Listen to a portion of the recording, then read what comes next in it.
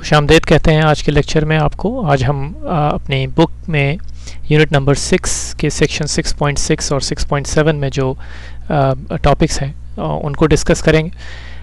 Section 6.6 में हम transpose of a matrix का एक कॉन्सेप्ट है जिसको आज डिस्कस करेंगे। Transpose of a matrix Urdu में इसको गालिब का बदल कहते हैं।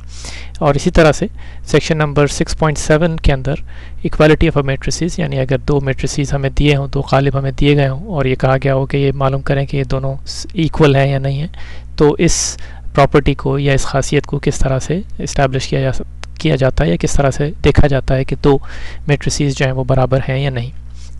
तो चलते हैं अपने लेक्चर की तरफ।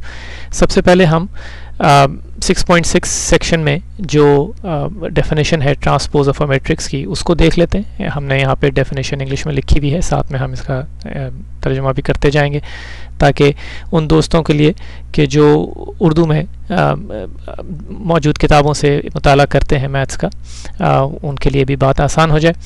तो इस डेफिनेशन की रूह से हम इसको पहले इंग्लिश में पढ़ते हैं कि if in a given matrix A, अगर कोई मैट्रिक्स जो है ए हमें दिया हुआ हो, we change rows into columns. तो जो इम्पॉर्टेंट चीज़ है वो ये कि अगर हम उस मैट्रिक्स की रोज़ और कॉलम्स को चेंज कर दें और कॉलम्स इनटू रोज़, दोनों में से कोई एक चीज़ कर दें, या तो उसकी रोज़ को कॉलम्स में तब्दील कर दें या उसके कॉलम्स को रोज़ में तब्दील कर दें, उस सूरत में जो रिजल्टिंग मैट्रिक्स हमें मिलेगा, यानी जो चीज़ हमें मिलेगी उसके नतीजे में, उसको हम ट्रांसपोज ऑफ अ मैट्रिक्स कहते हैं या ट्रांसपोज मैट्रिक्स कहते हैं, जिसको उर्दू में गालिब का बदल कहा जाता है।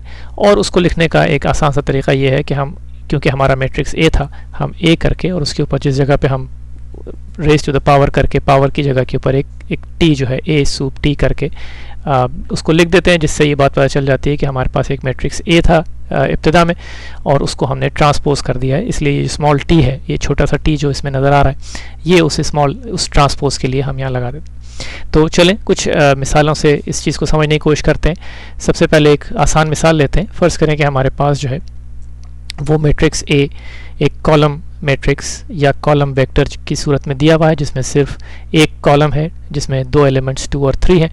फ़र्ज़ करें कि हमसे कहा जाए कि इसका ट्रांसपोज जो है वो हमें निकालना है। आसान तरीका है, सबसे पहले हमें ये मालूम है कि ट्रांसपोज लिखने के लिए हम इस ए को ऊपर छोटा सा एक टी लगा देंगे। इससे ये पता चला कि हम इसका ट्रांसपोज जो है वो निकालने जा रहे हैं। और आसान तरकीब क्या है कि हम इसके जो कॉलम्स हैं उनको हम रो बना देते हैं। हमारे पास यहाँ पर सिर्फ एक ही कॉलम है 2, 3।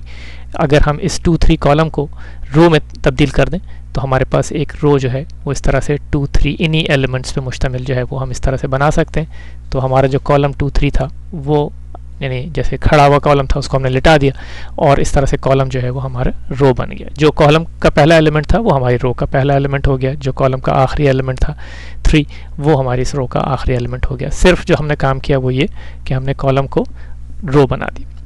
एक और एग्जांपल देख लेते हैं जो थोड़ी सी ज़्यादा, यानी पहले के मुकाबले में थोड़ी सी ज़रा मुश्किल है।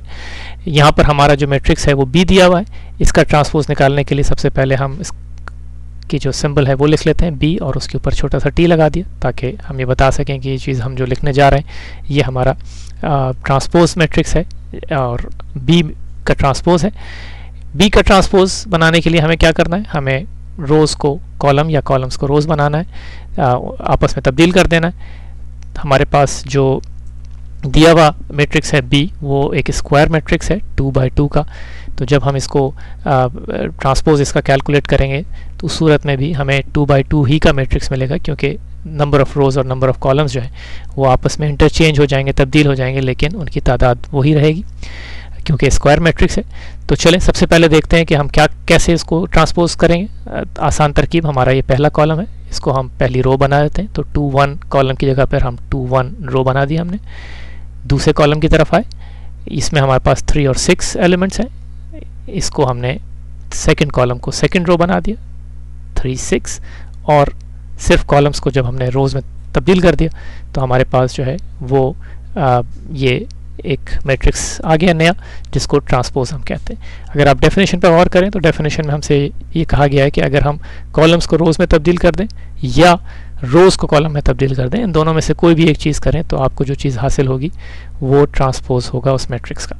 जो चीज़ देखने वाली है वो ये कि हमने यहाँ पर कॉलम्स को रोज़ में तब्दील किया था, अगर हम रोज़ को कॉलम में तब्दील करना शुरू कर दें तो क्या हमें कोई दूसरा ट्रांसपोज मिलेगा, क्या मुख्तलिफ़ किस्म का कोई ट्रांसपोज मैट्रिक्स मिलेगा, या यही मैट्रिक्स हमें दोबारा हासिल हो। तो पहली जो हमने जो अपनी कोशिश की इसको ट्रांसपोज बनाने की, उसमें हमने कॉलम्स को रोज़ में तब्दील किया था। अब हम करते हैं कि हम रोज़ को देखते हैं, मसलन 2 3 हमारे पास जो है वो पहली रो है, इसको हम अपने इस ट्रांसपोज मैट्रिक्स के अंदर पहला कॉलम बना देते हैं। तो 2 3 रो को हमने 2 3 कॉलम बना दिया, ठीक है।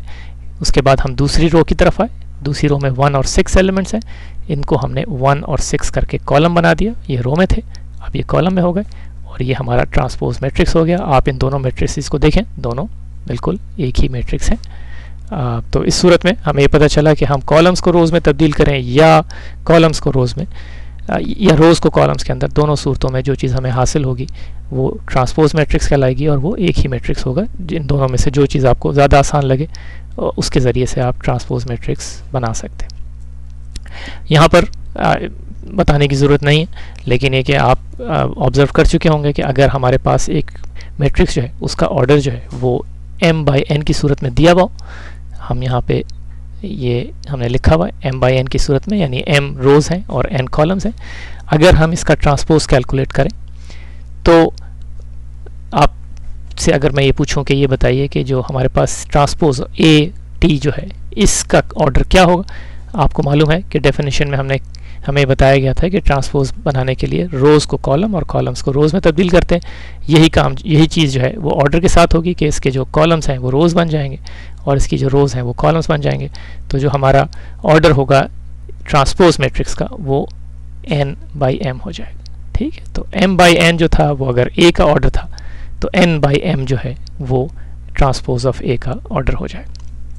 आसान सी चीज़ है और ये आप मिसालों से जो है देख भी चुके हैं कि ऐसा ही हुआ।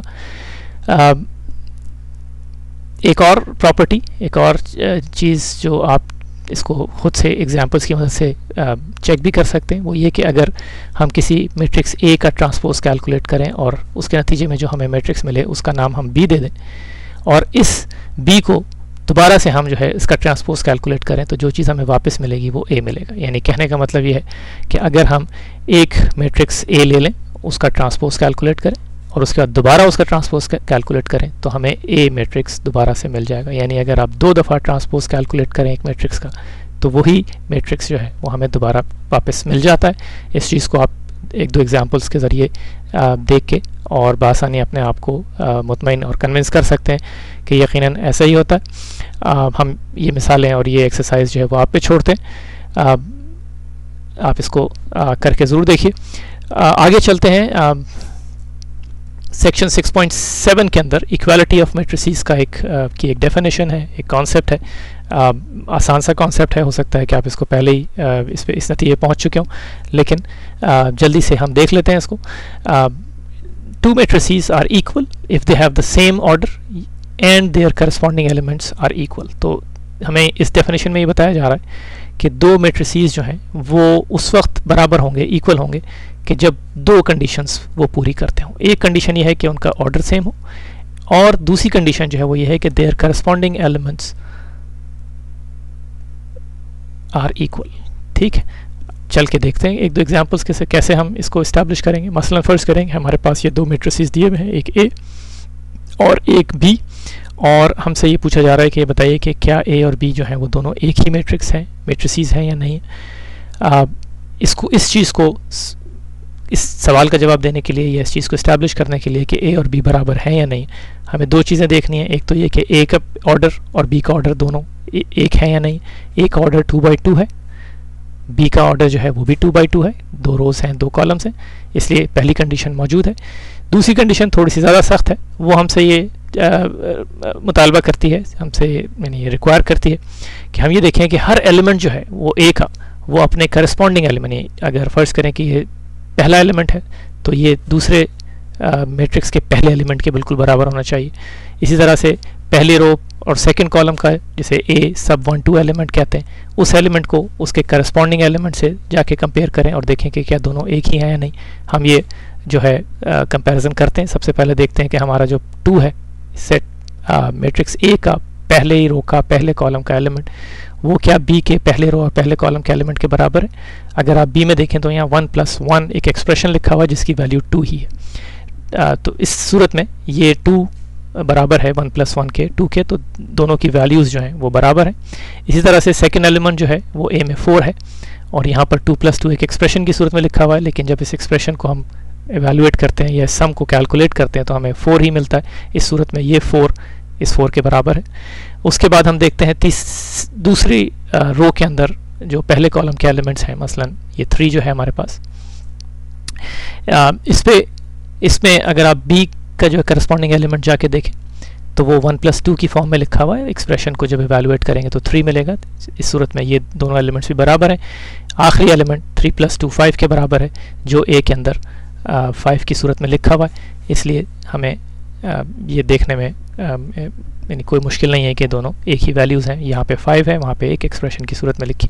तो इस तरह से हमने देखा कि हमारी जो दो कंडीशंस थी कि ऑर्डर भी इनका बराबर है और जो एलिमेंट्स हैं वो भी पेयर वाइज करस्पॉन्डिंग एलिमेंट्स, हर ए का वो एलिमेंट के जो किसी एक जगह के ऊपर है उसी जगह पे जो बी का जो एलिमेंट है उसकी वैल्यू अगर दोनों की बराबर है तो ये दोनों मैट्रिसेस जो हैं वो बाय दिस डेफिनेशन, इस डेफिनेशन की रूह से इक्वल या बराबर मैट्रिक्स होंगे। तो हम इसको A = B करके लिख सकते हैं।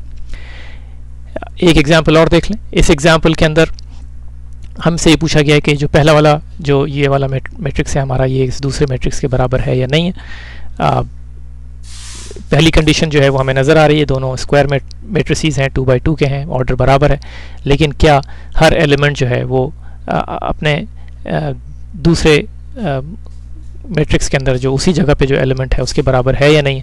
अगर आप पहला ही एलिमेंट देखें तो हमारे पास यहाँ पे 2 है और दूसरे मैट्रिक्स में 1² जो 1 मिलेगा हमें, 2 नहीं है इसकी वैल्यू। और हमने ये देखा कि पहला ही एलिमेंट जो है वो दोनों बराबर नहीं है। बाकी मज़ीद और एलिमेंट्स को कंपेयर करने की ज़रूरत नहीं है। अगर हमें एक भी ऐसा एलिमेंट मिल जाता है कि जो दोनों मैट्रिसेस के अंदर बराबर नहीं है तो उस सूरत में हम ये कह सकते हैं कि ये दोनों मैट्रिसेस जो हैं वो इस डेफिनेशन की रूह से बराबर नहीं है। तो हमने इस इक्वालिटी के साइन को क्रॉस कर दिया ये बताने के लिए कि ये दोनों मैट्रिसेस बराबर नहीं। इसी तरह से एक और एग्जांपल ऐसे दो मैट्रिसेस की कि जो बराबर नहीं है, और ये भी देखना बहुत आसान है कि यहाँ पर भी आप अगर पहले एलिमेंट को देखें तो ये दोनों बराबर नहीं है। इसके अलावा भी और एलिमेंट्स हैं कि जो बराबर नहीं है। मसलन ये सेकेंड रो फर्स्ट कॉलम का एलिमेंट जो है पहले मैट्रिक्स में 4 है और दूसरे में उसी जगह पे जो एलिमेंट है उसकी वैल्यू 2 है, और इस डेफिनेशन की रूह से ये दोनों मैट्रिसेस जो हैं वो बराबर नहीं हो सकते। तो ये एक और एग्जांपल हो गई हमारी। यहाँ पर हम जो है अपने इस लेसन को ख़त्म करते हैं। यहाँ पर हमने आज इस लेक्चर में दो चीज़ें जो हैं वो सीखी। हमने ट्रांसपोज देखा एक मैट्रिक्स का किस तरह से, जिसको बदल कहते हैं मैट्रिक्स का, उसको कैसे कैलकुलेट किया जाता है, और हमने ये देखा कि अगर दो मैट्रिसेस हमें दिए गए हों तो हम ये कैसे मालूम करते हैं कि वो दो मैट्रिसेस जो हैं वो इक्वल हैं, बराबर हैं या नहीं। आप जाइए, जाके मज़े कीजिए। दोबारा मिलते हैं फिर एक किसी नए टॉपिक के साथ।